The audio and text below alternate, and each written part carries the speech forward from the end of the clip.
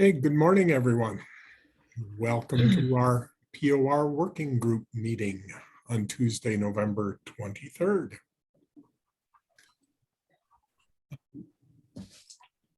Did we have anything to start out? Olivia, did you have anything right away? No, thank you. Okay. And our chairs, Angie.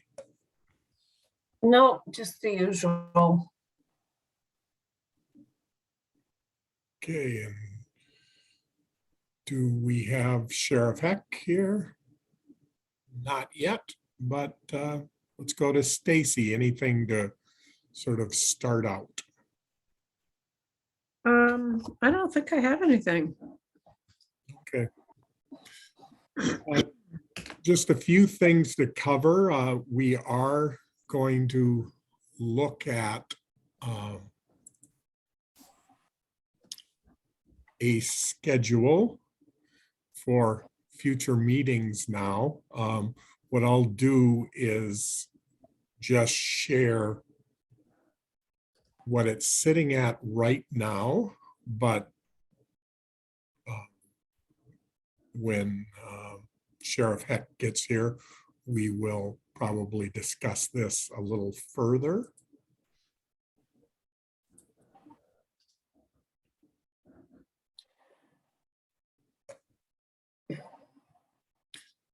So this, there has been some discussion about possibly extending a little bit into further into January, simply to balance the many conflicts we seem to have on schedules through the holiday period or mid to the end of December. So right now, this was looking at a proposed schedule. Perhaps if there's an extension, we could move those, some of those dates. And we realized after this that Representative O'Neill had mentioned she had a conflict with that week, the 15th, that the 15th falls in, and did not think it would be very constructive to have a whole group meeting without her when it's right before drafting. Because I think we need to feel for what where the legislature might be at on things. So that one will probably have to be rescheduled, and that might depend on what we do as far as getting an extension. And if we got an extension, we're talking about just a short extension, maybe a few weeks. So I guess one of those questions is, can the whole group meet the following week on December 22nd, or does that cause the same type of problems with that date? But did we want to discuss that further? For now, what we're looking at is that the subgroups will have one more meeting. It'll only be an hour long for each subgroup to finalize some possible language and proposals. That would be on Wednesday, December 8th. Requirements would meet from 9 to 10, crimes from 10 to 11, and methods from 11 to noon. So that would be instead of a full working group, and it would be a full 3 hours to cover all 3 groups. That seemed to be the most efficient way of covering the need for one last set of subgroup meetings. And our thought as chairs for those subgroups is to come, kind of 90% there and say, this is where, this group is at as far as any, proposed language. And then have it in a situation where we can then survey the whole group about, what the majority and minority views are after those last subgroup meetings. And we also talked yesterday about, for the report purposes, some of the side issues that have come up that we haven't really delved into, but have come up as issues the legislature might want to consider, that we would include that as talking points as part of the final report. So on the calendar, what this means is that there would not be any formal meetings next week at all. This would be your first free work week, but that's because that would be used for working on some of those proposals next week.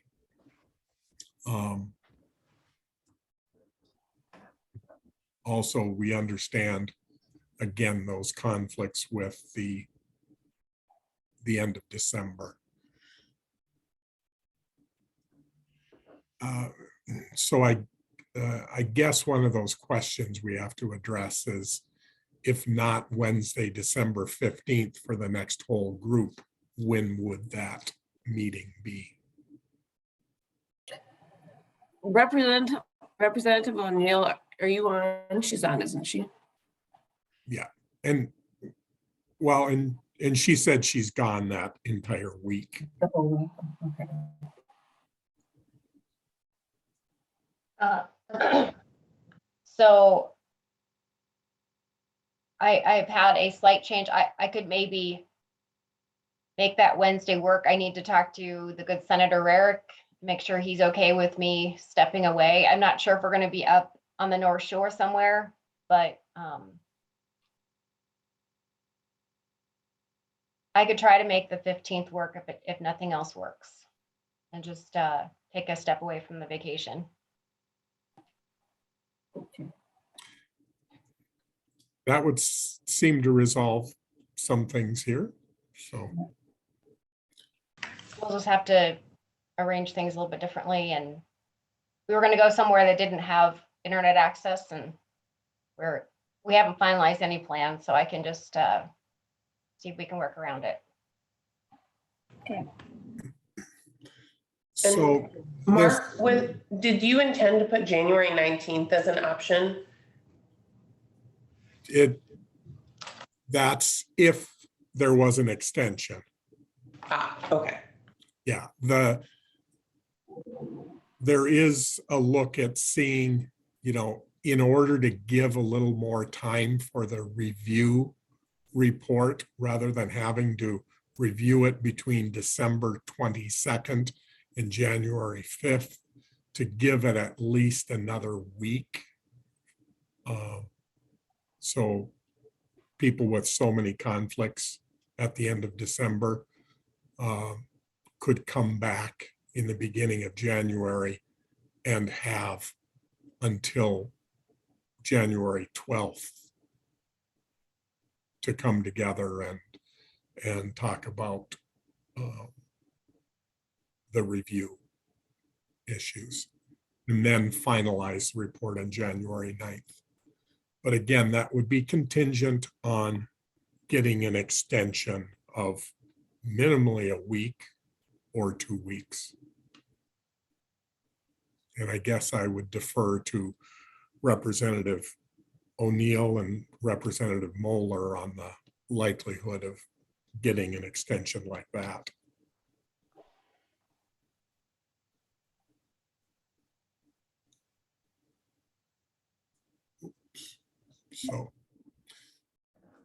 So at this point, at least for the beginning of December, that we have 2 dates in December, December 8th and December 15th, and that there would be an email survey on some of these issues sent out likely around December 9th to the 10th.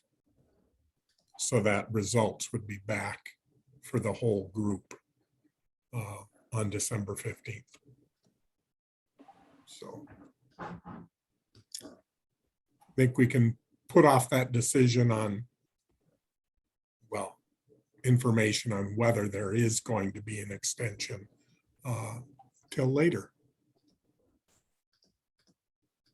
Okay, Representative Moeller. Oh, thanks. I didn't know if you wanted my input. I don't think there'd Yeah. be any problem getting that extension. That's still before session. And I know when I worked on the bill for the sexual assaults overhaul, I started working on the bill language because there was some preliminary recommendations made. And so I think just having that information, we can start working on any bill that we're going to craft prior to the final report coming out. So it's not like that's going to delay our work getting things ready for session. Okay, that sounds good. And the mechanics of asking for that extension, who would that actually go to? Oops, there you are. I think, and Marion, feel free to jump in if I'm wrong here. But I think that it would, that you just asked the chairs of the Senate Public Safety Committee and then of the House, and then make sure that they're okay with that delayed report, which I think under these circumstances, they would be. Okay, so, and we can talk about that with the chairs on what that extension might be. We can talk about that later, but that sounds good. And I think our understanding is that both chairs would most likely be amenable to that also. So that sounds good. Did we want to go into sort of discussion of some of the subgroup discussion and work that's going on at this point? Sure, we could do our summaries. I don't know where Troy is, but I can do mine and Stacy can do hers, and we can see if he jumps on by then, if that works. Yes. So I had the requirement subgroup meeting summary, which I actually missed the first part of that meeting, but I got some good notes from Mark on it and had discussed it a couple of people after. But I think the main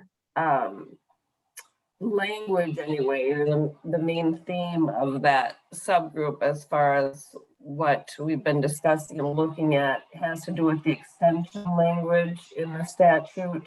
And Chris and Stacy and I had looked at some language to limit those extensions to, so this is the extension of somebody's reincarcerated. And we had looked at some language to limit that to incarcerations for either a registration offense or a crime against the person.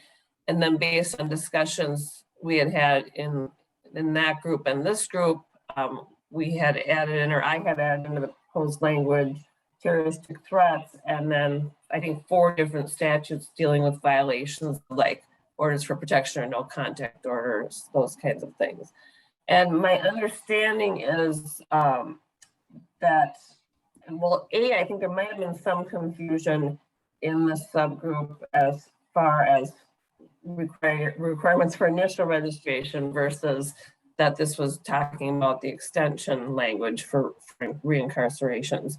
But then also my understanding is there were some folks who thought there should be more added than the 243-157. And then there was also, I guess, a little bit of overlap because of the kidnapping and false imprisonment or registration offenses, and they're also listed in 243-167. The language that Mark shared actually is not, I mean, it's very similar to the ultimate language that Chris and Stacy and I had, but I think it's my initial language, and then Chris had broken it up and made it flow a little better, and Stacy had made some changes, edits too, which I think I sent that to Mark just yesterday, so we can get that for our next subgroup, or get that out for our next subgroup. And And I had left the firearm possession offenses off because that's what we had talked about as, in the group as far as did they need to be on there or not, with respect to the extensions. I'm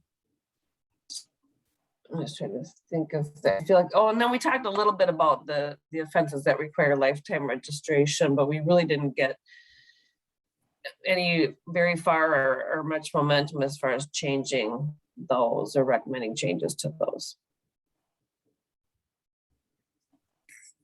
Does anyone have any questions about that subgroup or work on that subgroup?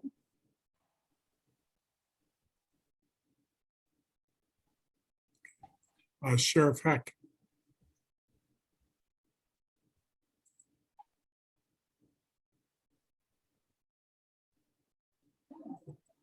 Are you able to? Okay, there you are. All right. Can you hear me? Yes. Can you hear me now? All right. Working remotely today. I was late because I had to push this flat because traveled into working here. Apologize for not being on time. I just want to let you know I was here. If you want me to go ahead and summarize my portion of the groups, I can do that. Otherwise, I'll defer to someone else who might have a question for Angie. Yeah, sorry, Sheriff. I think your audio quality is pretty difficult to hear. So perhaps we can come back to you on that. Representative Moeller. Yeah, Angie, I didn't understand what you said about the firearms related offenses. Could you repeat that, please? So in the proposed language, I used the offenses from 243-167 that the group had discussed. But I didn't include the two provisions that talk about possession of firearms because we had talked in the group, kind of about those including kind of random situations where somebody, had a firearm. I know, Brian, I think you were the one who talked about that issue. Was it you who brought that up? There was a reason we weren't putting them on. I think we just thought there were a lot of situations where those wouldn't necessarily apply separately from if they had a firearm during a crime against the person. You know what I mean? As far as whether they warranted an extension. Then again, I think there were people in that discussion who, and maybe I said this earlier, didn't think that the list was comprehensive enough. And even with adding the terroristic threats and violations of OFPs, that there should be other offenses included in extensions. And I don't know if this was discussed in the group, but I know Mark and I, afterwards even talked about, should there be something that it's just all felonies and those offenses, any other felonies too. So we were just trying to get a group of offenses that made the most sense for those extensions. Okay, thanks. Yeah, and I think it'll be important when the report's put together to be clear about what's not left in. And the political reality is some of those things may need to be included. I don't know yet because I'm not part of that subgroup, but I think just being clear in the report about what's included in why and what's not included in why, and then we can make those decisions as we prepare a bill. Hey, Angie, I would like to see the felon in possession stayed in there as a re-qualifier or a re-triggering of a offense thing. I really do find there's a lot of situations where if you're either completing probation or you're still don't have your firearms rights restored, there should be no reason why the only reason you'd have a firearm at that point is if you're up to no good. So I don't think that should be taken out as something that would cause people to have to continue their registration. Yeah, and I think that was sort of the result of that discussion in the meeting, is that retaining all of those crimes against the person. Yeah, and And- I missed that part, so that could be true. Yeah, so I mean, I did the language based on what we initially talked about. And in another, so when Chris broke it down, he separated out into like 3 subparagraphs. A conviction for a new offense in violation of that 243-167, any felony level violation of certain offenses that are in 243-167, and then following a revocation of probation, supervised release, or conditional release for any offense requiring registration. So we can get that language out. And another idea, you know, might be for that, it could be a new offense for any of those crimes against the person, any felony level violation, period, and then following a revocation of probation, supervised release, conditional release for registration offenses. So that would still get rid of things like disorderly conduct or some of those things that were causing concern about somebody's 9 years in and they pick up a disorderly conduct offense. But it would include any felony offense. So that's another, I guess, way it could be done. Sheriff Heck,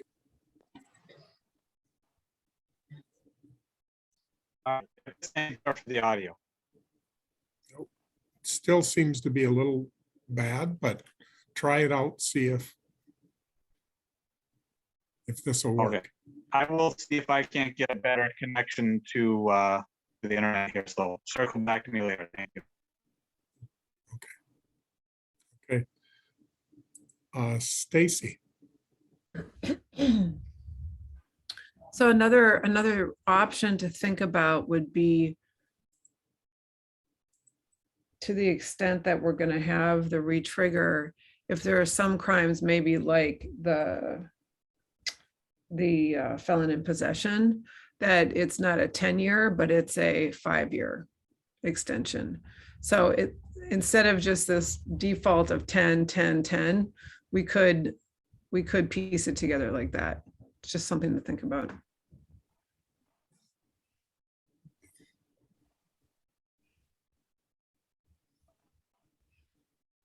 so Okay, so that's all I have on that subgroup. And then, so by the 8th, maybe we'll kind of get some alternatives together for that final subgroup meeting. Okay, maybe some final language doing, you know, a couple different things and see what people think looks good. yeah, so we'll provide that, and actually to all the subgroup, or not the subgroup, but all the working group members can get that language ahead of those December 8th meetings, so that you can see that and respond. So Stacy, Sheriff Heck will try to come back on the crimes area, so we'll move to Yeah. you.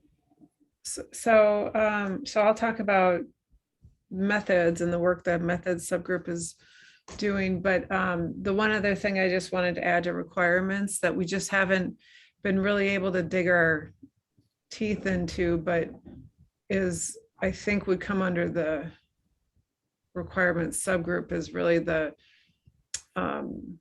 provisions applying to homeless registrants. I've received feedback from mostly public defenders, because their clientele tends to fit into a demographic of, you know, being transient and not having, you know, stable housing. But that there could be a way to require, you know, make sure that they're meeting the requirements to register, but they're less burdensome. Again, not with the intention of undermining the ability to know where they are, but maybe giving them some flexibility. And then one idea that was proposed was after a year of, if they don't have a permanent address after a year of successfully checking in every week, that the requirement is every 30 days or 60 days or 90 days, but to give them some sort of mechanism that's less burdensome than the current framework we have here. The other thing that I heard was exceptions on in situation where there's a medical emergency. I had a story, a client situation that was relayed to me where it was a client of the PD's office, that they had been hospitalized and they had missed their registration, and there was a failure to register prosecution brought against them. So those are pieces that we haven't really had time to get into, and maybe we can talk more about that today to the extent that we have time. But I just want to raise that the homeless or the people without a permanent address, that it's a concern. And I think what we've seen in the data is the failure to register has a disproportionate effect on minorities. So to the extent that we have, and I don't have data on this, but to the extent that possibly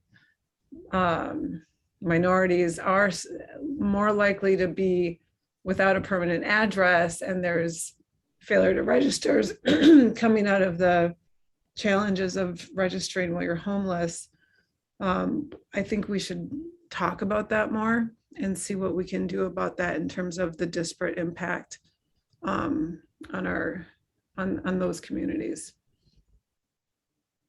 Representative O'Neill. Stacey, I just have a quick question. So you said charges were brought. Was he convicted in that I'm medical not sure. situation? I'd have to get the status of it. But the fact that charges were brought, I mean, this idea that people aren't being prosecuted really rigorously for failure to register, I just don't think that's true. I mean, that's been said in this group, but I just don't think that's true in every jurisdiction. I don't think that can be said. I think it just depends on the prosecutor and the defendant and the facts. But all the same, being charged with a failure to register is a huge event in someone's life, and to have to go through that process, maybe because in this case he was in the hospital, and maybe there were other circumstances that were underlying the failure to register charge. I don't know, but this is what I got from a public defender. Sure. I just think it's important to know the end story. As a course of following the law, they would probably have to file charges, but maybe after they looked at the case, they dropped the charges. It would just be curious to me to see what the end result was. I have no opinion either way. I just was curious as to what was the I don't know, outcome. and I can find out. I can find that out. That'd be good, because if we're going to change the law based on an anecdotal piece, even if I could see where it wouldn't be so incredibly rare, but you cited one thing that, okay, so charges were filed, but that doesn't mean that they were found guilty of it. And once he explained, maybe the charges were dropped. I don't know. Just curious. Sheriff Heck. All right, maybe the third time is the charm. It is. It sounds like it. Woo-hoo. All right, Wi-Fi is a wonderful thing. Very good. So I can summarize my subgroup, or I can again defer if any other questions are out there for Stacey. I think if you want to respond directly to that issue first and then go into your crime. Sure. I guess the one thing I I would add to that issue is, in addition to find out what the outcome was, it would be good to talk to somebody on the investigative side or the prosecutory side to find out if there was some other underlying things, as Stacy mentioned. Otherwise, in the crime subgroup, we had talked, we basically narrowed it down to talking about the same set of circumstances language, and there were several proposals that had been put out there for language. I believe the summation of the part of the meeting I was able to attend, I had to check out about halfway through, kind of settled on this idea of removing same set of circumstances. Removing false imprisonment from the same set of circumstances attachment at charging, and keeping the registration requirement with false imprisonment as long as there's a conviction for that crime. So again, that's the summation of what I can recall from our subgroup meeting, at least the first half of it. I don't know if Angie or Stacy have anything to add to that, but I think that's what I have for you today.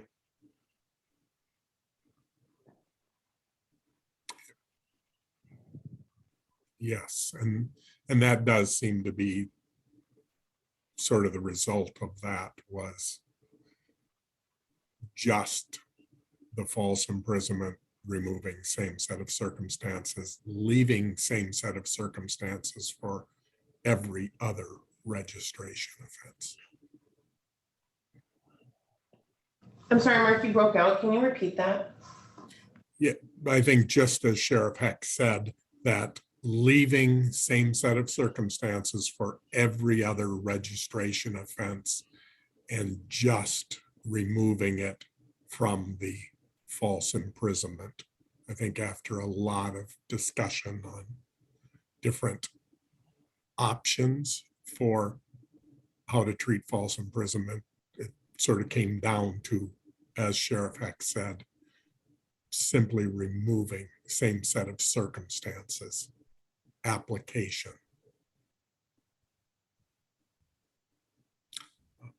Angie. Okay, I don't know if I missed this. I don't think I did, but did Sheriff talk about the other thing, I think, in the crime subgroup that we talked about is juvenile? Did I miss that, or did he talk about that? No. Okay, so I think that's the other thing we talked about in crimes is whether, at one point we talked about maybe doing juveniles as limiting it to EJJ or adult prosecution. We've had some presentations on that.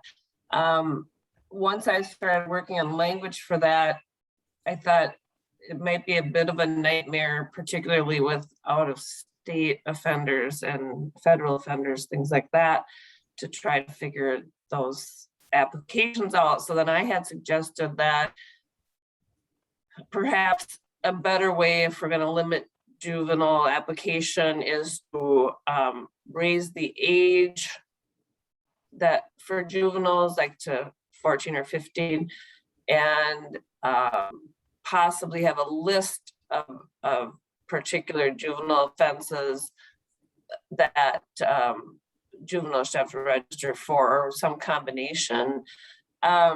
I think we kind of landed on, or maybe I just landed on, I'm not sure, but maybe a change in the age, an increase in the age, maybe combined with some kind of off-ramp would maybe address some of the juvenile concerns. And Stacy can maybe talk more about that with the off-ramp issues. But, and as far, just so you guys know, because I told the chairs this, but as far as kind of the law clerk broad overview of what other states are doing, she was hoping to have that to me by the end of today now. So we'll get that certainly out by the time we have those subgroup meetings, probably next week.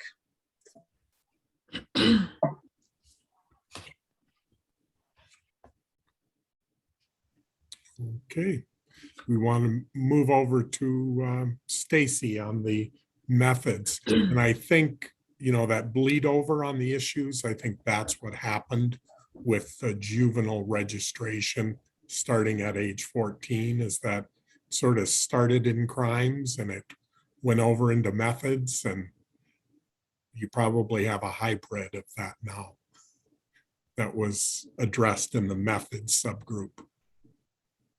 Yeah, it did. So in the methods, the main thing that we are working on is the petition for relief. Excuse me. We have so the group knows we've looked at other states.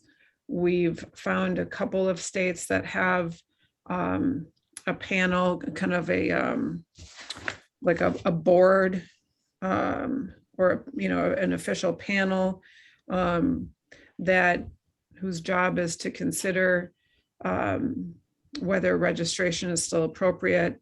And so we do have a working draft that Brian, Renee, and I continue to wordsmith and research. But the idea is that the off-ramp, this would apply to both juveniles and 10 years and lifetime. Brian and Renee, yeah, everyone. Sure. So what we found is that this across the states, the lifetime registration requirement is most often the one that there's a mechanism for relief. And we've heard, we know that there are situations where people are on lifetime that have, that who came on maybe as juveniles or whenever they came on, but they've been registered for 20 years. They've got families and children and jobs, and they're going about their life, and they're not what we would consider to fit within that risk profile that needs to be tracked anymore. I guess that's up for debate in terms of what risk profile we need to track. But assuming that their risk is very low, the idea is that we give them the opportunity to prove that they're low risk and that public safety is not served any longer by having them be on the registry. So we've talked a lot about the panel, like what does the panel look like? And taking the suggestions from especially Representative O'Neill and others as well, that it's a 5-person panel. It's modeled after the ECRC. It would be appointed by the governor. And we haven't looked at terms, but like how long each professional would serve on the panel. But looking to other panels, it could be, so there's some longevity and consistency. It could be, 6-year terms. I don't know if there'd be, term limits in terms of they only serve 1 6-year term or they serve a max of 2 6 years. But I looked at the Minnesota Racing Commission, for example. They're appointed by the governor for 6-year terms with 1 reappointment. A very different panel, but something appointed by the governor nonetheless. And that I had direct access to this morning for someone who's on the Minnesota Racing Commission. And then, so we have the panel, and it's, and I think we've settled on that, but basically it's a chair who would be experienced in the area of sexual abuse issues, a law enforcement officer experienced in the investigation of cases involving sex abuse offenses, a treatment professional who is trained in the assessment of those who have committed sex abuse offenses. It would be a supervising agent experienced in the supervision of those who have committed sexual abuse offenses, and then a victims services professional. So those would be the 5. And then they would have access to certain private data to evaluate a petition for review. And the registrant can apply for review. This is the idea. These are just this is the draft we have now. So we want to hear from people. The panel would, or I'm sorry, the registrant could apply for review no sooner than 5 years after imposition of their registration requirement.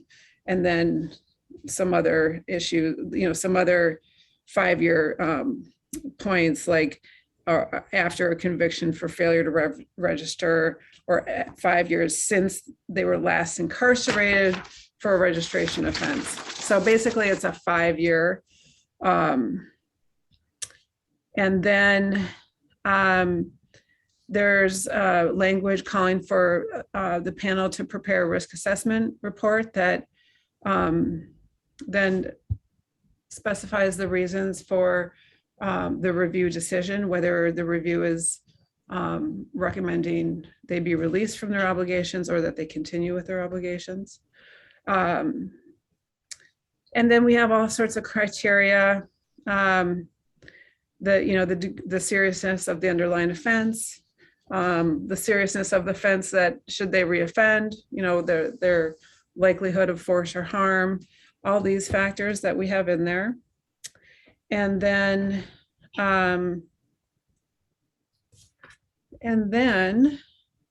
if they're denied, they can come back in 3 years. And we've seen that in other states as well. And so the idea is that this would apply to juveniles. So if we have a juvenile who, say, is registered at 15, comes on the registry at 15, then, and all else is going well, they could apply at 20.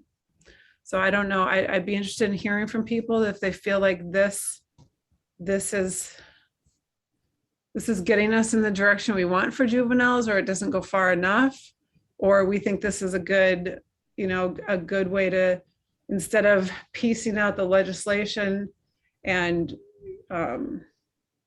for juveniles, we can make it 15 and up or whatever age, and then list out certain offenses that require registration for juveniles, or we have this mechanism to get off.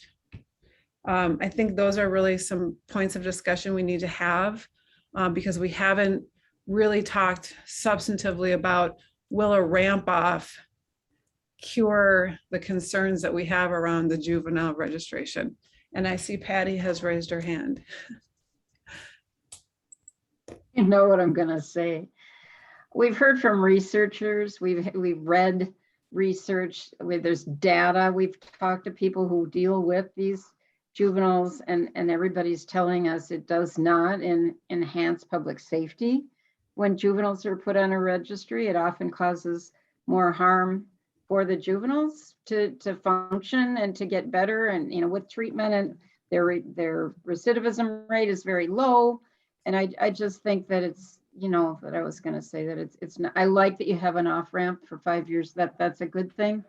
But I still don't see juveniles as mini adults. Their brain's not fully developed. They respond well to treatment, and community support is a vital component of success. And we're just possibly limiting these kids' ability to graduate from high school or participate in any of the things that keep kids, on the right track. So I like raising the age, but I would even go farther. I just believe we can look at other states, but I can tell you that a lot of states are looking at this as well. And I think that Minnesota can lead in some aspects. So that's, I would say something. I had to. Thank you for listening. Janine. Yeah, I echo with Patty a couple of thoughts about it. It seems like the unintended consequences of being on the registry would still be impacting youth for 5 years during a developmental period of time when they are, like to Patty's comment, going to college or finding a job or expanding that autonomy that is just unique to youth. So I think there's still a consequence there, and that 5 years is still problematic.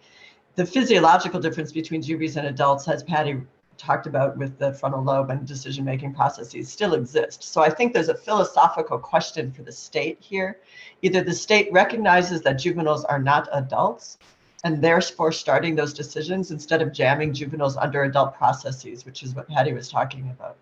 And I know that Patty mentioned earlier, like a few weeks ago before it was cold outside, that having a separate conceptual track for juveniles instead of chipping away at how to fix where they are now, married into an adult system. I think we might just need to pull the Band-Aid off. And that all said, I really love the idea of where you're going with this. And I think the makeup of the board is awesome. And the fact these conversations are happening is super, super encouraging. But I wanted to echo out just that sort of, we know in treatment and in risk and in social development, juveniles are not many adults in any way, shape, or form. And now there's studies and there's organizations that it is unethical to think of juveniles as many adults. So it's not just a bad idea, it's just wrong. And I know people think that. I'm not meaning to lecture people, but I do think that we might need to be more aggressive and creative in thinking about it. And I appreciate your work so far. Katrina.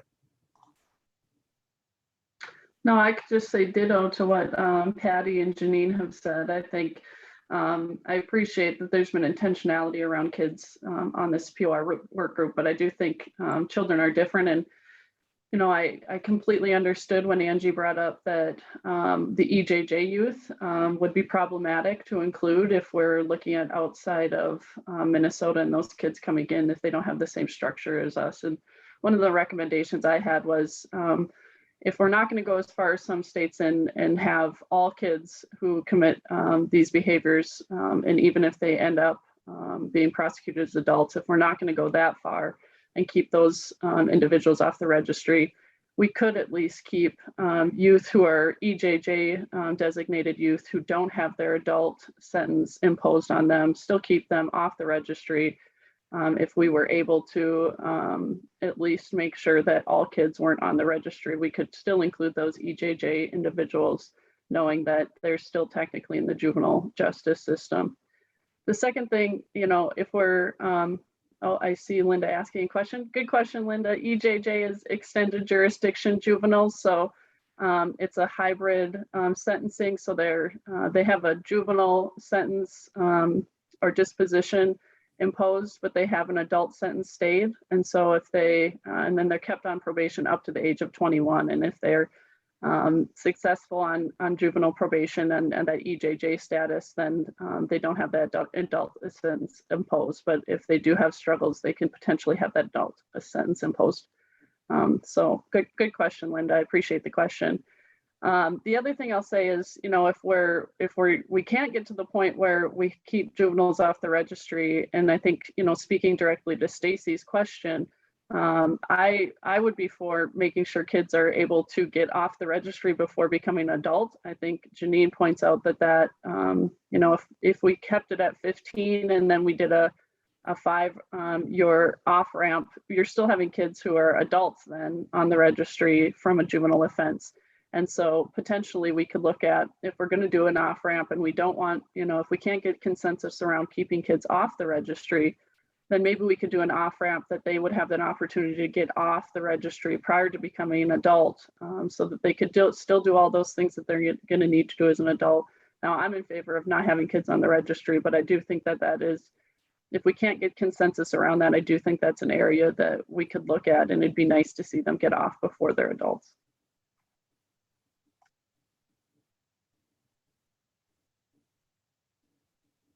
Okay, Sheriff Eck. So I understand the logic and the thinking behind treating juveniles differently than adults. The one issue I have with that is when you talk about, you know, recidivism is low, that's still a rate of that is going to recidivate. So my question is, if you don't put juveniles on the registry, how are we going to differentiate between those juveniles that respond to treatment and are not going to be a risk to public safety, and how we separate those out from the few that are going to be a threat to public safety, that because of whatever has gone on in their lives is going to cause them to grow into the future predators that need to be on this list, so that when we go looking for the person that's committed that crime, their name is on there. If we don't put any juveniles on the registry, we have no chance to find those few that really need to be on there. So my question, and I'm not expecting there to be an answer, it's more rhetorical, is if we stop including juveniles, how do we deal with those few that really do need to be on there?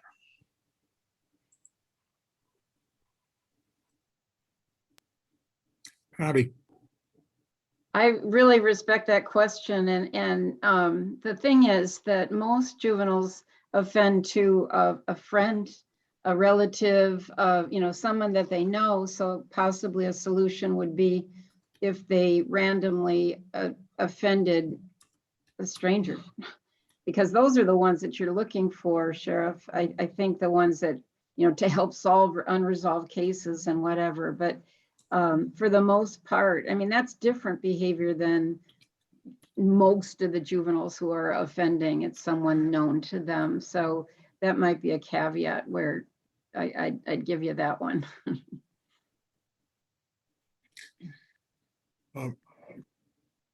Representative O'Neill. Whoop, you're still muted. Okay. Hit it twice. Does Sheriff Hack want to respond directly to that? And then I have something along the same line. Sheriff Heck. So yes, I would agree with Patty that the majority of juveniles offend against somebody they know. My concern is that one of the reasons behind that may be access. Juveniles have less access to the general public and to a greater victim pool than an adult would. So my concern is, again, how do we pick out those kids who, once they have greater access to a larger victim pool, when they graduate high school, when they get out into college, when they have a job and are out on their own, that they are the ones that we need to be looking for. And my concern is that we not focus solely on this idea that, well, juveniles just offend against the people they know and that's where it's going to end. That might be just because they don't have access to anybody else. Representative O'Neill. Thank you. And directly to that point, I sat in court yesterday for a family member who at 2 years old, first degree sexual assault, CSC, was committed against her by a family member, a more distant family member. And Sheriff Heck is completely right. It is 100% about access and grooming. And when there are these large gatherings of friends and family, that is a breeding ground for that sort of thing to happen. And in this particular case, the convicted felon, he is now today a convicted felon, had been molested as a child by his father, and then he molested another juvenile, much younger, went through sex offender treatment, failed, and then molested another family member of mine because he had access, because it was a safe place that my family member thought that they were going to. It is 100% about who's accessible to that person.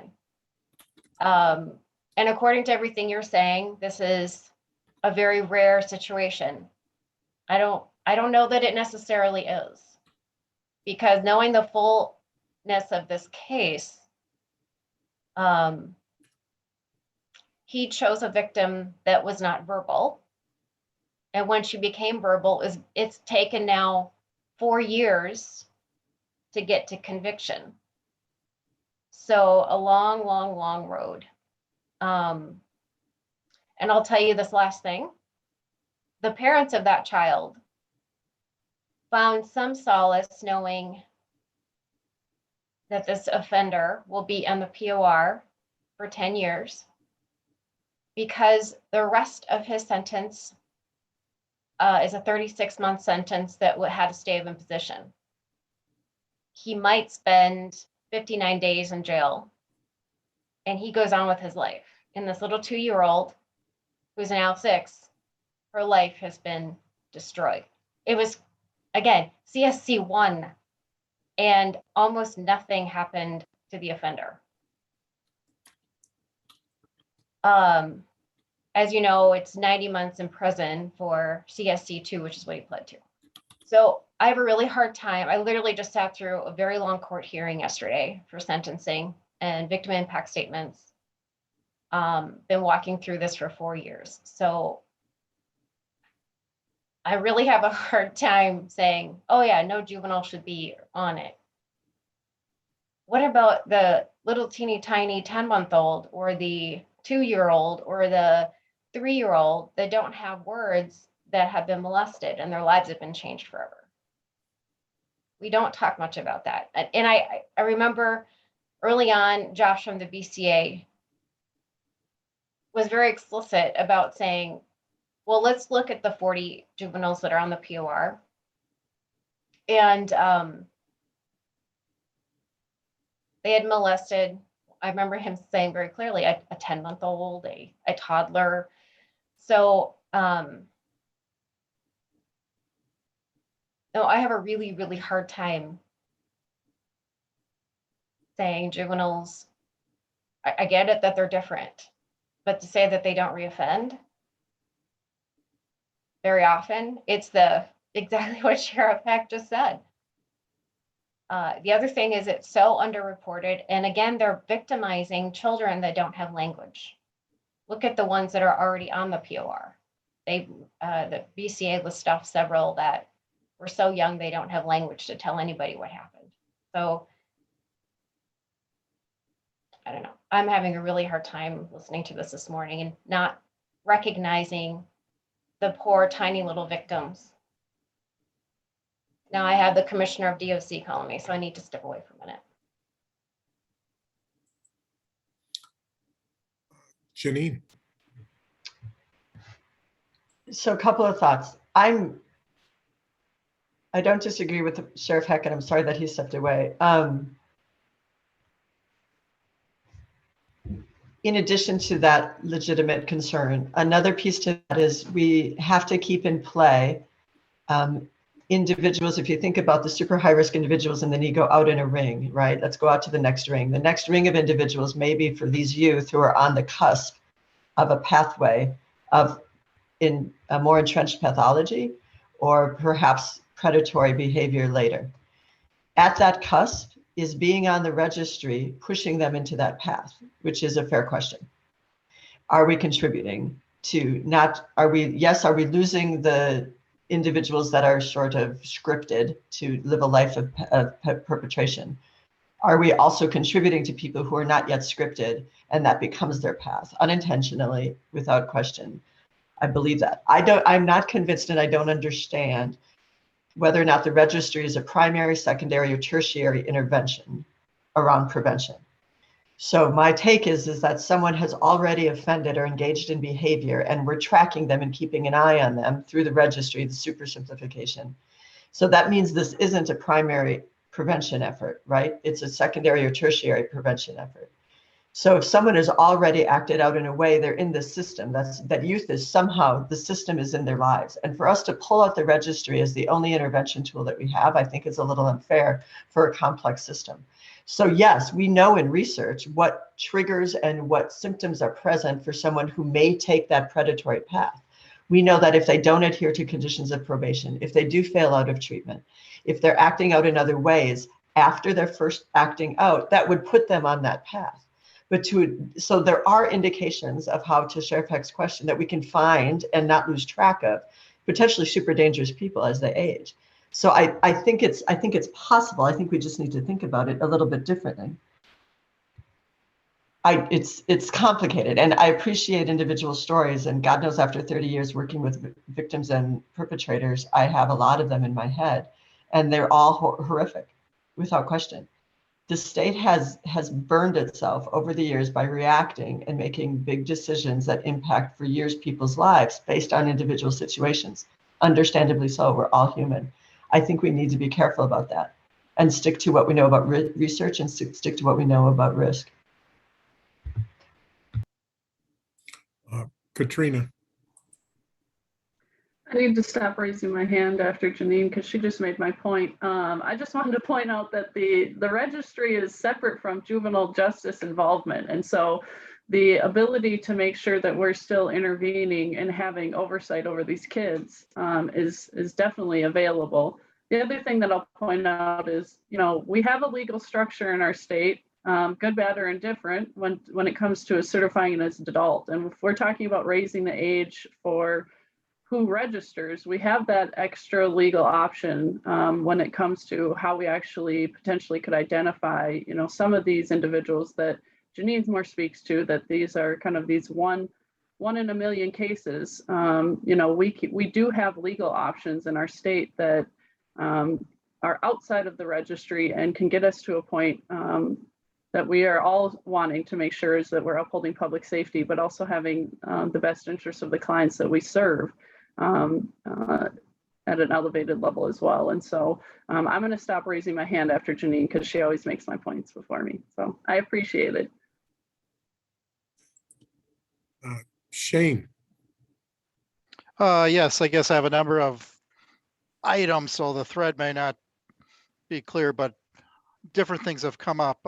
First of all, I agree with the sheriff too on it's an access issue. It's certainly, we have any number of cases currently and historically where the juvenile offender, we see it's often a dating situation too. And we've literally dealt with one where he was perpetrating this county and he perpetrated another county against juveniles of his same age group. And so, yeah, I have concern with just completely eliminating juveniles as the idea that they're not a ongoing risk as they're juveniles. I know it's brought up in some of the notes it looked like from the last meeting regarding this off ramp and having an agent separate entity do it, not the courts. I can see value in that because I see that with the issue on let's not include EJJ youth who aren't certified. Well, that will definitely turn into how each local jurisdiction handles things. I've had a few cases yet where the court has ignored the presumption of certification and put them on EJJ. So you're going to miss a whole group of people from individual decisions, and that leads to differing treatment depending on your location, as opposed to if they're involved at least in that process. About the age range, 14 is the age for EJJ to start, so that would make more sense than the age 15. And is at least more objective standard, even if they're in-state or out of state. At least my experience on registration and those 10 to 13 is because that's out there, the court won't put them on, they won't adjudicate on those offenders. So in some ways, there's not the risk that what happens if we raise the age, they're not doing that anyway. And I think the next reason we'll see to replace that is it'll be something on their record. That both of these things will drive courts to not adjudicate, which will keep them off the registry, which then begs the question, why do we do that anyway? And then in all the conversations I've seen, it seems like there's this competing issue on what's the purpose of the registry. No different than when we have general questions on what's the purpose of justice. Is it to punish? Is it punitive, or is it for rehabilitation? Here it's to have a group of individuals, and this is more what Sheriff Heck has talked about, who we have concerns about, so we want a broad net as possible. So when we're searching for possible suspects, that's there. That would lead to not including names. My world, it's more, you know, those who should be punished for not saying. I just draw this back to 10 to 13-year-olds, because are we asking children of that age to be responsible to tell the authorities where they're at? That's pretty young for that kind of issue. And isn't there a better system for that thing with whether it's the probation department or the court or someone else who's passing that data on as opposed to the individual themselves? I guess I'll leave that there. Patty, Well, Shane brought up one of my points. First of all, I really respect Representative O'Neill sharing her personal story. I am a victim advocate. That's where my whole life has been. And my goal is to have no more victims. That's a horrific story, and the justice system, I think, failed to deliver a proper sentence. And you're right, there are too many young victims. I think that we need to look at prevention of these things from happening, which we don't put really. I don't know if we have any state dollars that go towards prevention at all. So it begs the question of what Shane was just saying. The sex offender registry was a tool for law enforcement to help them solve another crime. And, I don't think that having this felon that she was talking about on a registry, would it have stopped that behavior? I don't, it's not a primary prevention tool. It could stop from repeat offending, but the research shows that it often has the reverse impact. When these youth are given treatment and support and whatever, they're less likely to have more victims. And I think that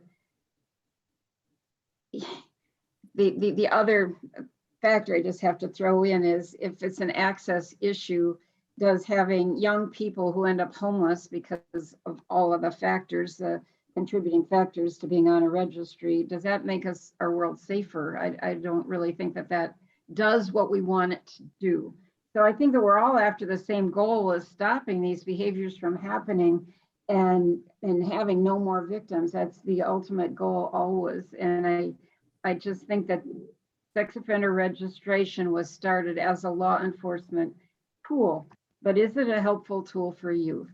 I don't personally believe everything. I was the one who helped push it through. So I was there, I get it. I want to give law enforcement all the tools they have to solve these crimes.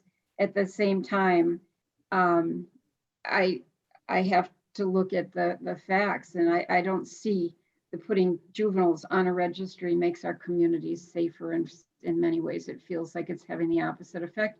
Plus, the aspect we haven't talked about is it's a deterrent to having people report a sexual crime because they don't want their brother or their neighbor to be on a lifetime registry. They don't, there's a fear of reporting the crime because of this long-term chain that they have around their neck. So I just think this is a huge discussion that needs the respect of really educating all of us to look at the end goal. And it's not, I'm not sympathetic to those who commit sexual crimes. I'm just trying to help open the discussion to, is this tool working? Is it working for adults? Is it working for juveniles? I think the research shows it doesn't work for juveniles, but that's everything that I've read. So but I am sorry. I'm sorry you had to go through that. I am sorry for the next victim. And I really would like to see us figure out some of the ways that we can prevent this from happening more. Thank you. and this, I think, is a good discussion that sort of points out the purpose of the report to the legislature is to highlight some of these discussion areas that there is conflict in the beliefs, but also then there are some aspects that I think there's more unanimity on. So, but both of these areas are to be part of this report coming out of this working group. So, Representative Moeller. Thanks. I have two questions. And the first one is related to the potential for changing the age for juveniles on the registry. And I thought we had that discussion because, in part because of federal law, and to make sure that whatever age we selected was consistent with federal law. I don't, I just wanted to circle back to that. Does anybody remember? Angie? I'm not sure what I remember about that in particular, but I think that the federal law has the requirement or the whatever we want to call it to get the funding or whatever. I think it's 15, and then they also have some serious, or what they consider the serious offenses equivalent anyway federally that require registration. So like the state equivalent of those offenses would need to require registration of juveniles. Okay, that answered my question about why we were talking in part about the ages. I thought was at least to be consistent with federal law. So I think it needs to be at least as low as 15 to be consistent with federal law. I'll double check that right now, but I'm pretty sure that's what it is. And then my other question relates to this idea of data collection. We've talked about this a couple of times, and Patty just brought it up again too. How do we analyze if this tool, registration tool, is being used like it was intended? Is it being successfully used? Are we finding cases? I mean, we certainly know anecdotally that it can be helpful for that, but really this deep dive into analyzing the tool and recognizing that the registry wasn't set up for that kind of analysis, and that it would cost, it would take maybe additional funding to do that. And so I just wanted to know if any of the groups just want to make sure that's part of the report. And I don't know if any particular subgroup is tackling that. And yes, It's been part of the discussion. I don't know that a particular subgroup, it's just been part of the ongoing discussion. And it is something that the chairs and Mark and Olivia talked about, including as part of the report, kind of what new information is needed. And really from a practical standpoint, what even exists. I mean, I don't know that there's a way to find out without going to however many agencies deal with it and doing I mean, people use it and they don't necessarily document that, you know what I mean? So I don't know, with lots of time and lots of money, how accurate you can even get on that when looking back over the years, and even with the BCA data with all the changes in their registry. But it's certainly something that we were planning on discussing in the report to bring that to the legislature's attention, that this is something we don't have, and maybe it's something that we could get, or at least get better data. But I think some of that, particularly when it's been helpful, other than the anecdotal information, I don't know that you can get great data on that no matter what. But maybe it's something that could be looked at for tracking in the future. I don't know what law enforcement would think about that, but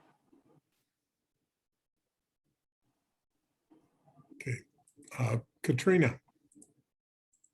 Oops. It wasn't, I don't recall that we were choosing an age based on the federal standard, but I will say that the federal language, I think, is 14 is the start, and then they delineate some.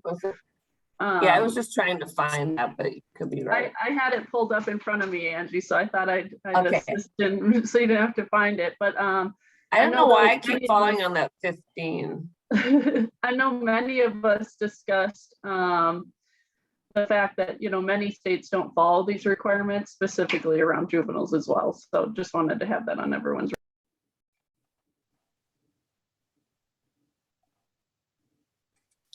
Brian. So I just want to, lend my support again for, was it Janine, Patty, Katrina, everybody's been talking about the low risk that juveniles pose in general.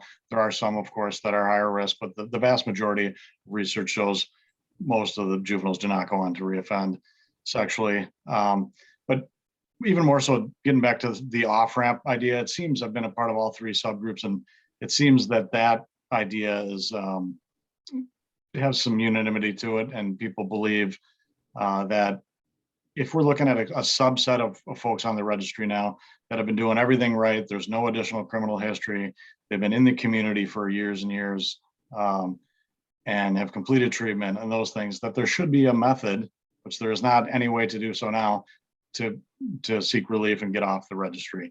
If the focus of the registry, again, going back to finding somebody that if a crime is committed, the perpetrator is unknown, and we can look at the registry and people that have committed similar crimes and use it as an investigative tool, great.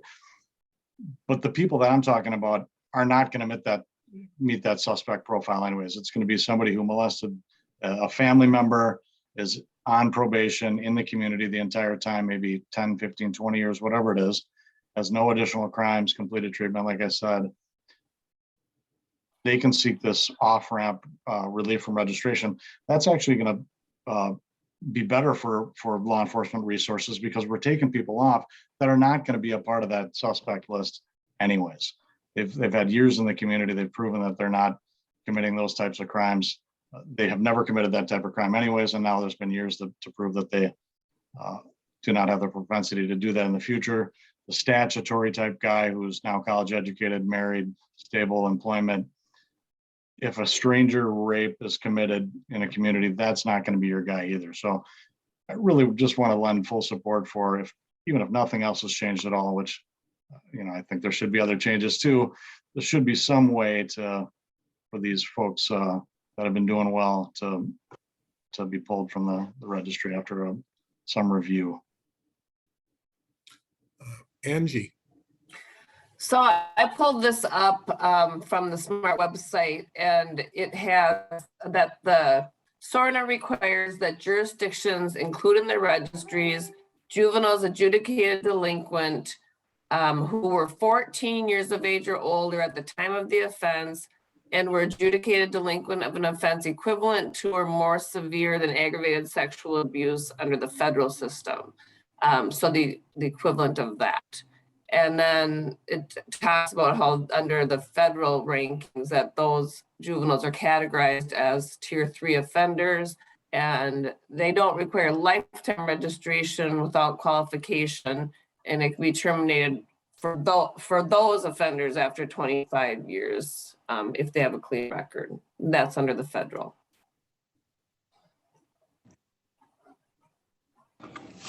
I don't have an ability to raise my hand, but I just wanted to caution folks that, again, I don't think we should minimize crimes that are perpetrated against family members. I have seen some horrible crimes. Representative O'Neill just gave us an example. I've seen some really horrible crimes perpetrated against family members or relatives, and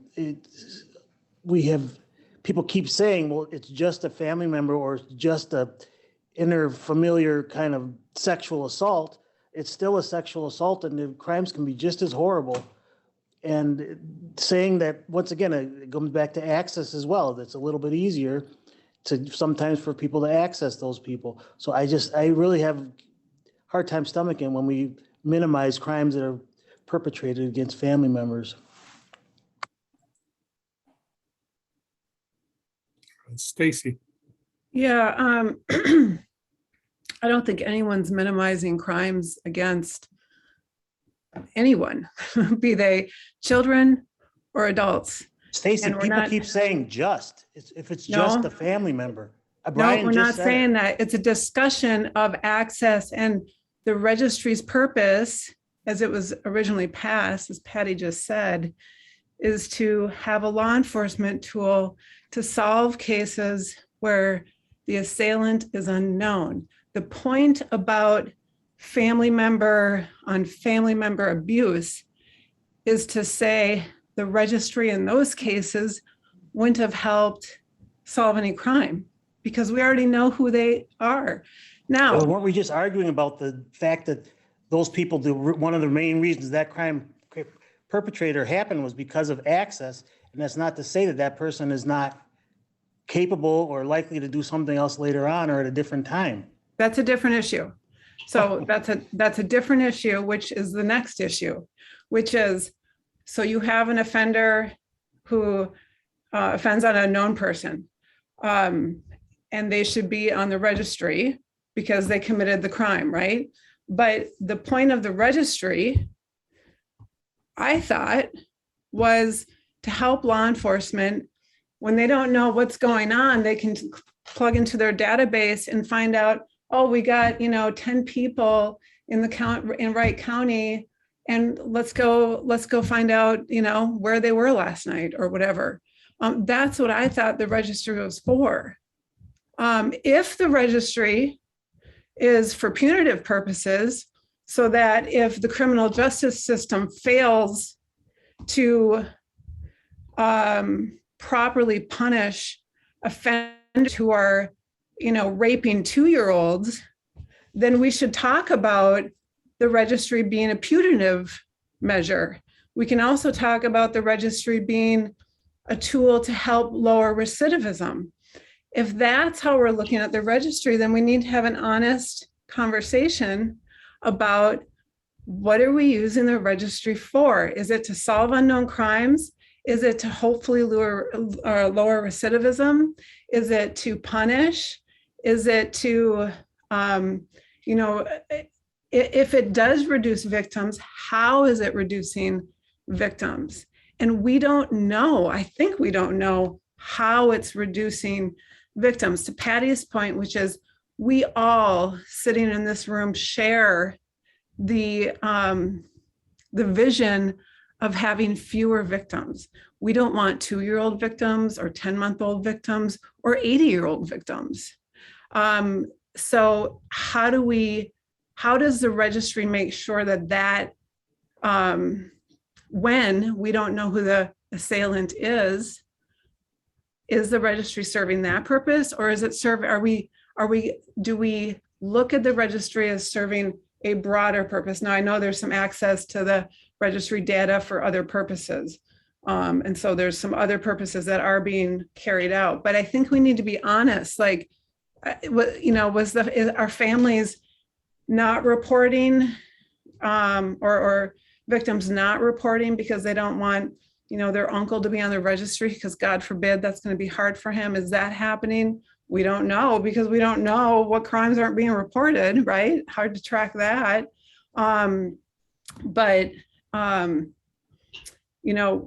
To get an understanding of if the registry is used to deal with the unsolvables, then talking about the family member or the juveniles who are committing because of access. Now, I appreciate the point that access was the reason for the first crime, and we want them on the registry because they might in the future commit a crime in which we don't know the assailant and we want to be able to find them.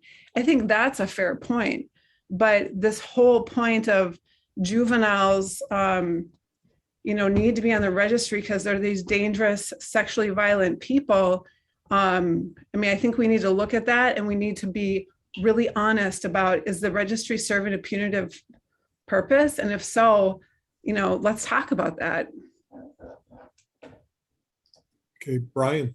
Yeah, I just wanted to respond to the minimization piece too. And in no way did I mean to minimize the horrendous nature of any sexual assault against anyone. As Stacy mentioned, the goal is no more victims. Been doing this work a long time. I was did therapy with guys who had committed sex offenses, now on the assessment side for many years. And what I mean by just or only, meaning in terms of the goal of the registry, being to find some unknown perpetrator, as Stacy mentioned, and as I mentioned earlier, if you have somebody who has committed an offense against a family member and the victim pool is, limited to one family member, let's say, in the situation I brought up, it's a biological daughter. And now goes through the criminal justice system, is on probation for 10 years, completes treatment. And now after 15 years, he's looking to get off that registry because he's had access to commit future crimes. And it's been 15 years. He has not committed any crimes, done everything right. The process for him, that guy to be relieved from registration, because he's not going to be the guy that's going to rise to the suspect on the suspect list of a stranger rape that's committed. He has had 15 years in the community. There's been no proclivity or propensity to commit that type of an offense. And he's had time to do so, and he has not done it. So that's my whole point about just more restricted victim pool for certain folks. And if the goal of the registry is finding additional suspects, the folks that we, that have a chance to get off the registry are not going to be high on that suspect list.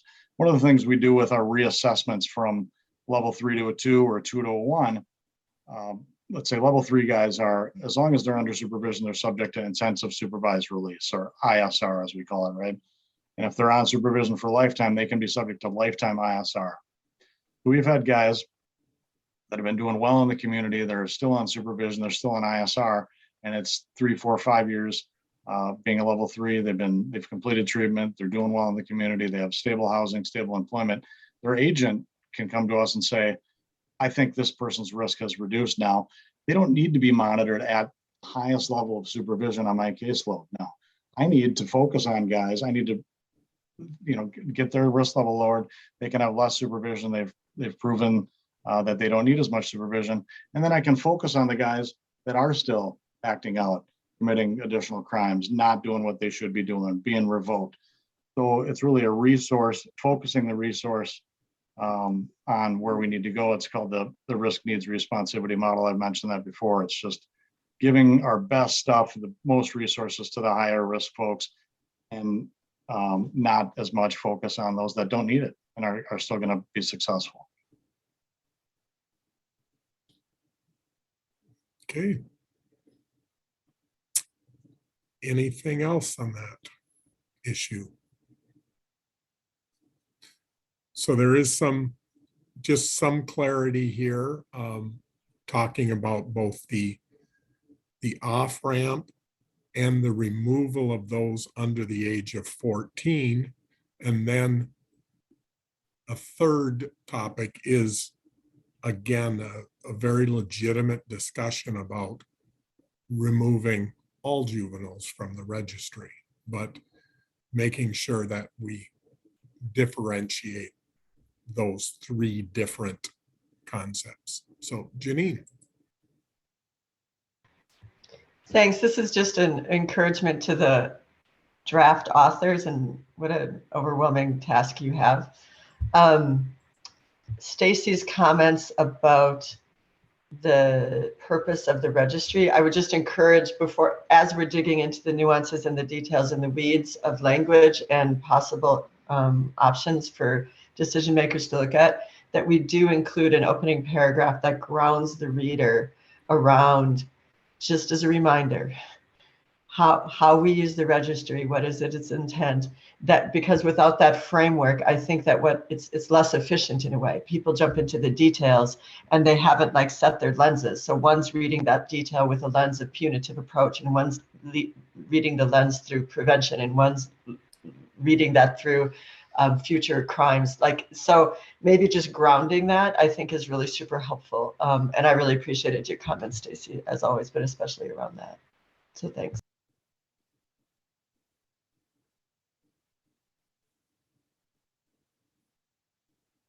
Okay, further, Renee. Yes, I'm wondering what the appetite from the group is about if the methods group went back and identified under what circumstances should a juvenile register. I'm thinking about those, as everybody else is, that we know, and I know this in the work that I've done, the individuals where it perhaps was, let's say, a 16-year-old and a 14-year-old, whatever that might look like. Does that individual, very not predatory by any nature, boyfriend, girlfriend kind of situation, that in my mind would not be registerable? We do know that horrendous activity happens with juveniles, and under those circumstances, and what we know from our research, that they should register. I'm just wondering what the appetite from the group is for that. So it's not a blanket, all juveniles do register, don't register. It's under what circumstances should a juvenile register? or be required to register, and still then having that opportunity for the off-ramp. So I just want to open that up. Instead of one or the other, is there a middle ground for something like that? Any thoughts?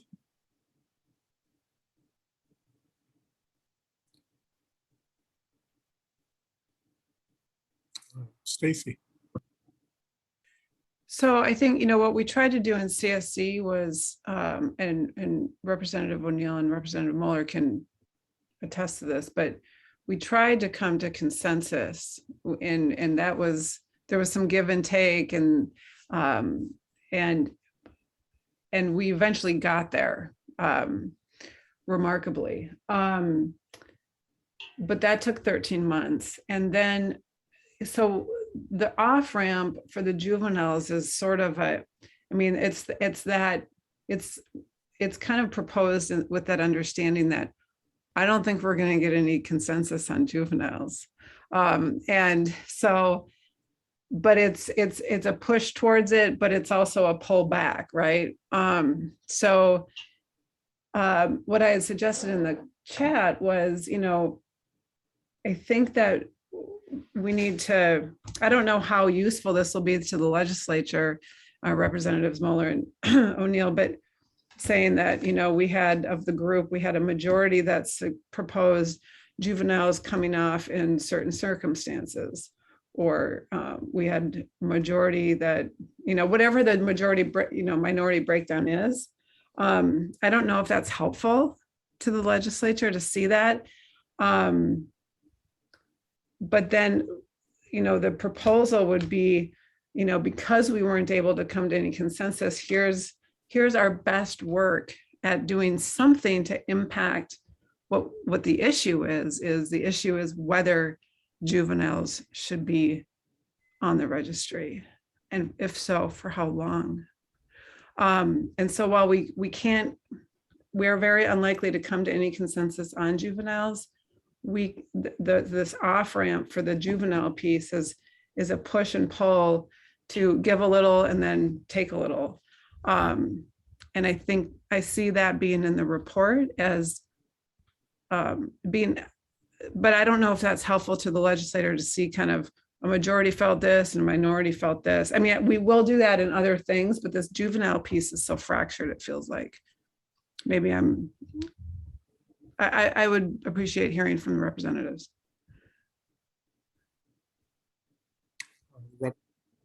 Oh, sorry about that. Representative Mueller, go ahead. Okay, there we There go. you go.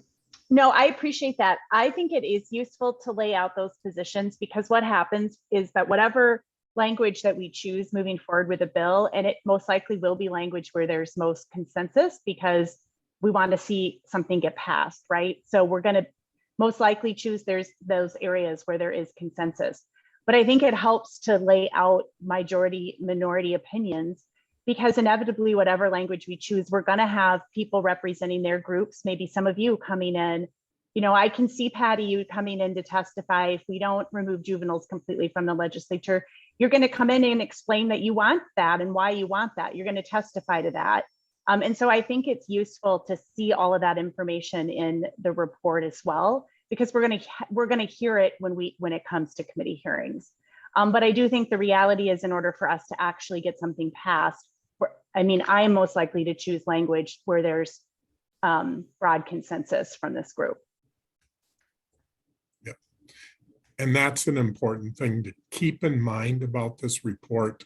The direction from the legislature to the commissioner was that a broad spectrum of voices on these issues should be heard. That doesn't mean that all those viewpoints are going to be given the same amount of support from the working group, but those viewpoints are to be included in this report to the legislature, just to make sure that even if it's briefly mentioned, that it be included, so that everybody is aware of what this working group heard. So, Patty. Thank you, Representative Moeller. I appreciate perspective on what where we're going after this committee ends. I also wanted to just a minute, she moved on my screen. Renee, I think Renee had some really valid points, and I think that there are criteria for juveniles to be considered, you know, the number of victims, the age of the victims, the amount of violence, whether that is an unknown victim. You know, it's like those are identifiers that could, to me, justify some of these in terms of public safety, something that law enforcement could justify keeping juveniles on. I'm not saying that juveniles are free of committing horrible things, but my ultimate question is always going to be, is sex offender registry an effective or an appropriate tool for juveniles? It's a tool. It's just like saying, you know, you're going to use a hammer to fix everything in your house. You know, it might not be the right tool for juveniles, and that's why I keep being so irritating about it. And I want no more victims, and seems to me the writing is pointing towards most of them not being on the registry. But I think that we should address what Renee was talking about. There might be instances that we could spell out that would be an in-between, and then with Stacy's off-ramp, that would really make could make a huge difference for a lot of the juveniles that I think that shouldn't be on. Thank you. I'll be quiet now. Representative O'Neill. Thanks. Yeah, so I would just add one small thing to what Representative Moeller already said, which I completely agree with. She has, even though she's only a second termer, she has been slogging along with me on many, many things. What I would say in the report, if you're going to include a majority and minority reports, essentially, is that those positions have to be penned. In other words, you know, is this county attorney saying this? Is this law enforcement saying this? Is this prosecutors? Is this probations? Is it victim rights people? That's incredibly important, and that'll help us frame when we do get the flood of, I can see this being a 2-hour long, maybe longer, maybe a couple day hearing in the House. Can't speak to the Senate, but I would say we will have many that come to testify, more than are even in this group, because this is a very hot topic on both sides. So anyway, so when you do if you do a majority and minority report, so to speak, and opinions, make sure we pen whose opinions those are. It may be self-evident, but it may not be, actually.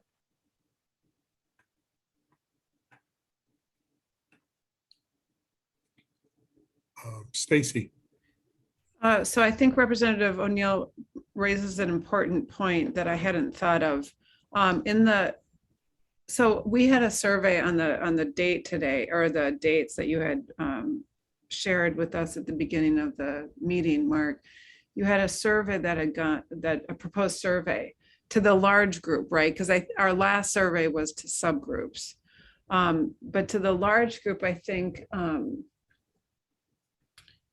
that we can get, you know, really clear for the report, for purposes of the report, and do a poll with the specific questions that are very similar to what we did in the subgroup, but now polling the larger group.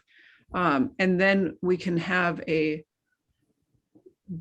box or something that lets that person identify in the group that they're in. So it might be law enforcement, or it might be probation, or victim services, or whatever, so that we can categorize, like Representative O'Neill is talking about.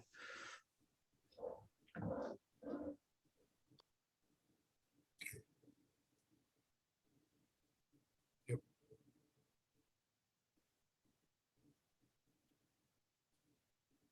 Okay. other discussion in that area? I did want to give Karen an opportunity. I do have that information on EJJ and EJJ status in a Word document. Did you want to talk about that? About that information? Okay, here. There you are. Thank you. Hard to answer. Sure, we can pull that up. It doesn't answer everything. And believe me, I do still keep trying to diligently collect and present this data. It just seems like every time we meet, there's one more twist.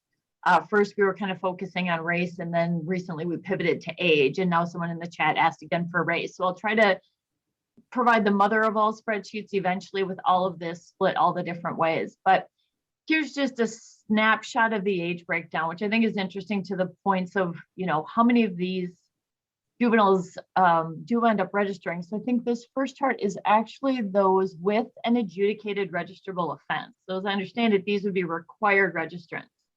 And you can see down below the juvenile breakdown by age. I mean, it's not insignificant. There's no 10-year-olds, but from 11 on up, you got 7, 30, 57, or sorry, 67.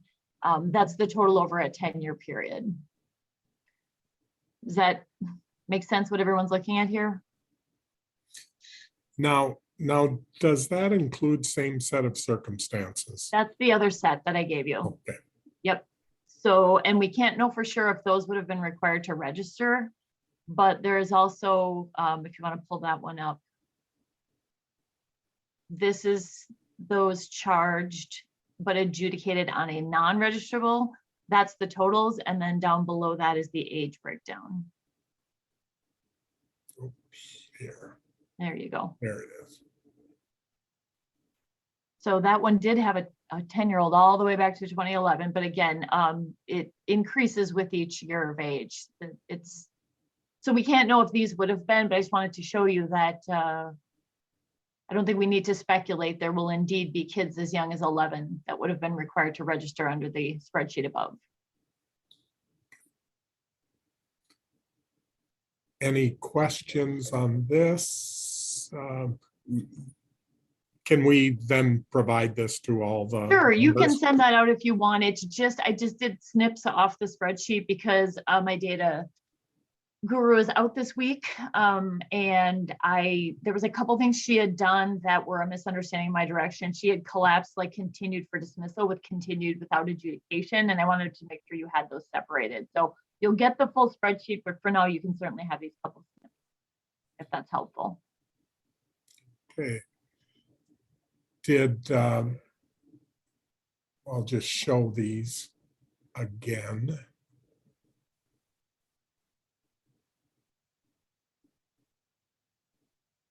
And just to, again, remind people that when there's the difference between cases and juveniles, it means that we have matched on the Mensa's party record. And so there are definitely cases in that pool with the same person had more than one. And it's possible it's even more than that, and we didn't do a successful party match. Just a couple disclaimers. Did you have a question, Representative Moeller, for me or? Okay. Okay. Kendra, are you able? Okay, go ahead, Representative Moore. Yeah, for the non-EJJ cases, is that juveniles that are both adjudicated delinquent and certified as adults, or are those certification cases not included? The certification cases are not included. That was a different spreadsheet in the multi-tab spreadsheet she's working on. So this is just cases that stayed in juvenile court through disposition, either as EJJ or just as delinquency adjudications. Thank you. Are there any other questions before I stop sharing this? And this would have been, I think she had it at age of filing.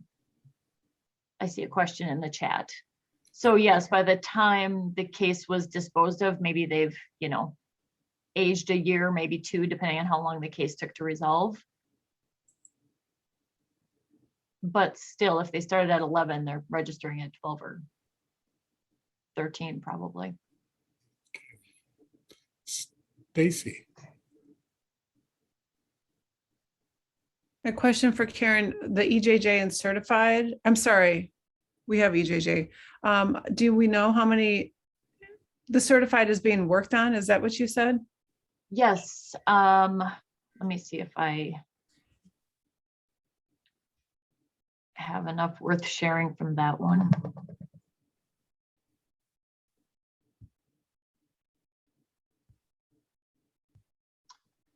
I actually do have that up on my screen. I could maybe send it to Mark, or what's the question? Or just, just interested in the numbers, basically. The numbers, all right, so cases with a registerable offense certified to adult court over that same 10-year period, a grand total of 172 cases, which represented 159 juveniles. That doesn't, we don't know what happened in adult court. Acquitted, convicted. Oh. So that's just the total number of cases. And then by age breakdown, it was 2 15-year-olds. This is over 10 years, 2 15-year-olds, 14 16-year-olds, 44 17-year-olds. And then somehow it says 112 18-year-olds. I think she must have gotten that at the point of EJJ granted.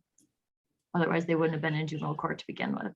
So would that 100+ number be on top of then the numbers that we're looking at for EJJ? That it would just be an right. add-on, This is right? a whole Okay. different pool of juveniles Yep.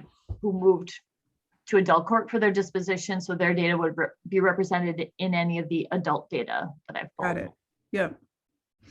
This is really helpful. Thank you. Representative O'Neill.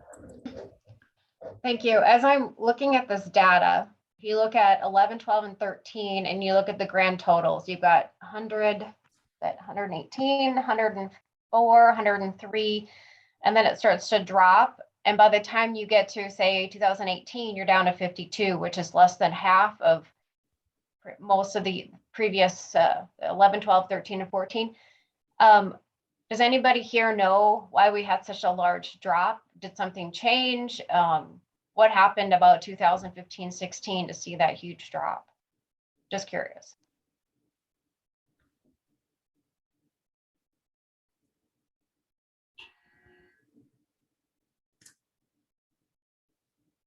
Do you have a, Shane, do you have a, Nate? Well, it's just a hypothesis, Representative O'Neill, but that is about the same time that the Supreme Court was coming out with case law pretty hard on treating juveniles differently than adults. So it may have just been a sort of a change in mindset driven by the U.S. Supreme Court.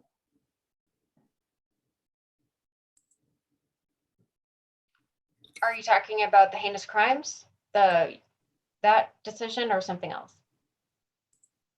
Life without possibility of parole, that decision?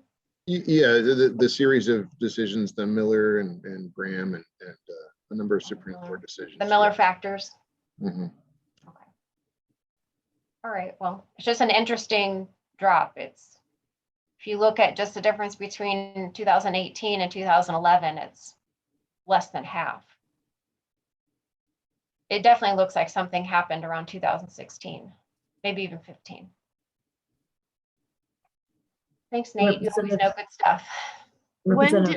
I wonder about this continued without adjudication. I know that anecdotally, I've staffed the Juvenile Delinquency, Rules Committee for over a decade, I think. And before that first extension of an additional time period, it sounded like most cases just weren't even an option to do a stay because they knew they wouldn't finish their treatment.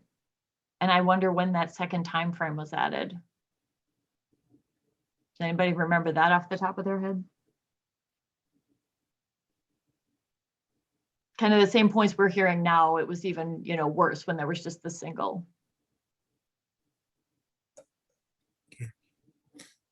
Stacy. Well, I think I would turn to Brian and Renee on this point, and Representative O'Neill too, since you, Representative, had this idea of extending the stay to a longer period so that the juvenile could do what he or she needs to do. But I'd be interested in hearing from Brian and Renee about the further thinking that we had on that with the off ramp. We talked about that a little bit, and wouldn't be interested if you're still feeling that same way, Representative O'Neill, then I would want to know that. Yeah, that's a fair question. I want to say, even though I went through a very emotional day yesterday, I am very analytical, very logical, and I'm trying to process all of this through that lens. Yes, I am absolutely still 100% committed to, if the group looks at doing an extension of the stay of adjudication, even if it's as far as 24 months, and you can complete treatment and have 6 months of kind of a testing period to see how they're doing. So extending it for the purpose of finishing sex offender treatment, right? So I would agree with that, because I also want the juveniles to get every opportunity to receive treatment, to change their trajectory, to change their behavior, to not have more victims. I know Patty talked a lot about not making more victims, not creating more victims, and I think that would be a very clear, logical path to do that. And maybe that's what happened in that time period, is that's when the stay, it was about that time. I don't remember the exact year, if it was 14, 15, somewhere in there. I believe that the stay of adjudication was extended from 6 months to 12 months, making it a little bit easier to complete sex offender treatment. But we all know that it can take 18 months. It's a phased program in Minnesota, so you have to complete your phases. So I am 100% behind extending the stay of adjudication, even as much as 24 months, to complete treatment and have some aftercare and kind of a look to see, can they handle themselves in the society and all of that. Yeah, so that's, hopefully that answers your question. Yes, and Renee here, and I would absolutely support that. We know that, and again, based on brain development, that perhaps they do not have the time that they need to complete that. I saw that many, many times in my supervision years of that. So I definitely would support that. And I want to emphasize again the importance of that time when they're done with treatment, remaining on supervision, so the probation officer can continue to assess how they're working their plan. And like you said, Representative O'Neill, kind of how are they handling themselves, so to say. So definitely, I absolutely think that that's important. And I want to make sure that our visitors here have an opportunity to speak as we're approaching the end of our time here. So if you are not a working member and you would like to speak up at today's meeting, please raise your hand and you can be recognized as we approach the end here. Brian. Yeah, just briefly, I know Renee hit on it and Stacy had the question about, our discussion was about that, extending that stay of adjudication timeframe, even if it can go beyond 24 months, because I know, 18 months, 24 months of treatment, and then you got maybe a year, you extended to 36 months, you got a year of that supervision, that at-risk time that I keep using to show that they're putting the plans in place and things are going in a positive way. And that was just kind of the discussion we had, if that can even be extended further. Yeah, and I'll just be really quick that we had the discussion of up to 36 months. So then depending on the individual, they could possibly petition or go back to court. We could recommend an early discharge. So say it's a really bright individual moving through treatment really, really well, under supervision for a significant period of time. So they could even go before the court for the possibility of an early discharge. So. Okay. One last request, if any of our visitors or guests today would like to speak, please raise your hand. Otherwise, we can begin wrapping up here. Just want to make sure that everybody knows that next week there will not be any meetings. And the following week, we have scheduled a 3-hour session on Wednesday for the 3 subgroups to cover their area. Anything else from Olivia? And No, thank you. from Stacy. I don't have anything else except thank you to everyone. And Sheriff Heck is not here. Is Angie? No, Angie isn't here either. So, yeah. I think you did today bring up some good discussion about those areas where there's some agreement and some where there isn't. So that's always useful as we put together this report, which will be happening pretty quickly here. So any last questions for anybody else before we sign off for today? Okay. Thank you.